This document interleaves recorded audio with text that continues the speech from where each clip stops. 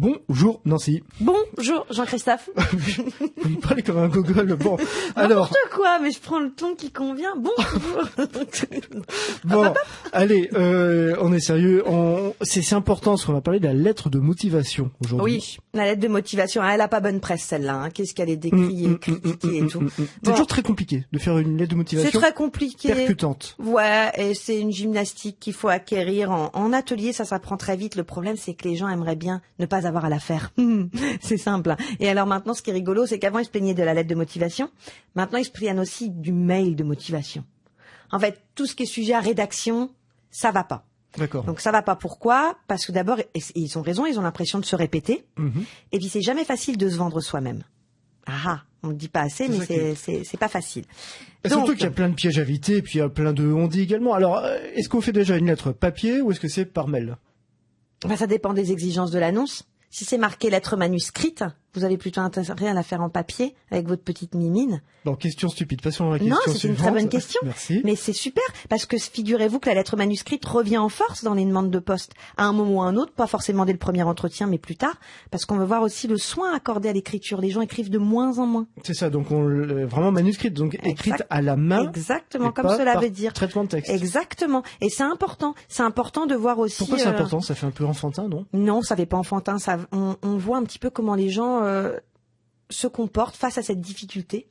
On peut pas raturer, on doit rendre quelque chose de propre, on doit savoir être lisible. Si on a une vilaine écriture. Mais quand on est commercial, par exemple, c'est important après pour faire ses rapports, son reporting, remplir des bons de commande et tout. Si vous avez une écriture que vous n'utilisez pas tous les jours, bah il se peut qu'il y ait des problèmes après avec ça, de relecture ou autre. Donc c'est important aussi pour le recruteur de voir comment vous vous tenez vis-à-vis du stylo. D'accord. Et si on n'a pas une belle écriture, mais il n'y a pas de belle ou de pas belle écriture, ça on arrête. Non. On a l'écriture qui nous correspond.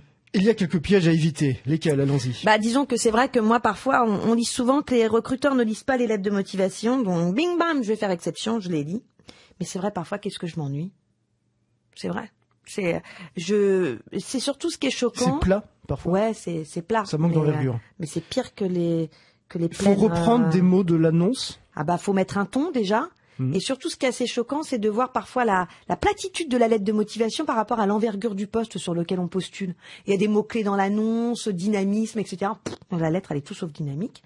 Donc, bon, là-dessus, il y a plusieurs choses. D'abord, faire attention à la syntaxe et à l'orthographe. Oui. Donc, on y reviendra dans une autre émission. On verra comment... Quitte à faire relire. Mais voilà, quitte à faire relire. On va éviter aussi les phrases trop longues. Ça va être déjà le premier conseil. Et puis, on fera attention aussi aux services aux gens qui proposent de rédiger des lettres à votre place. Bah non, faut que ce soit personnel.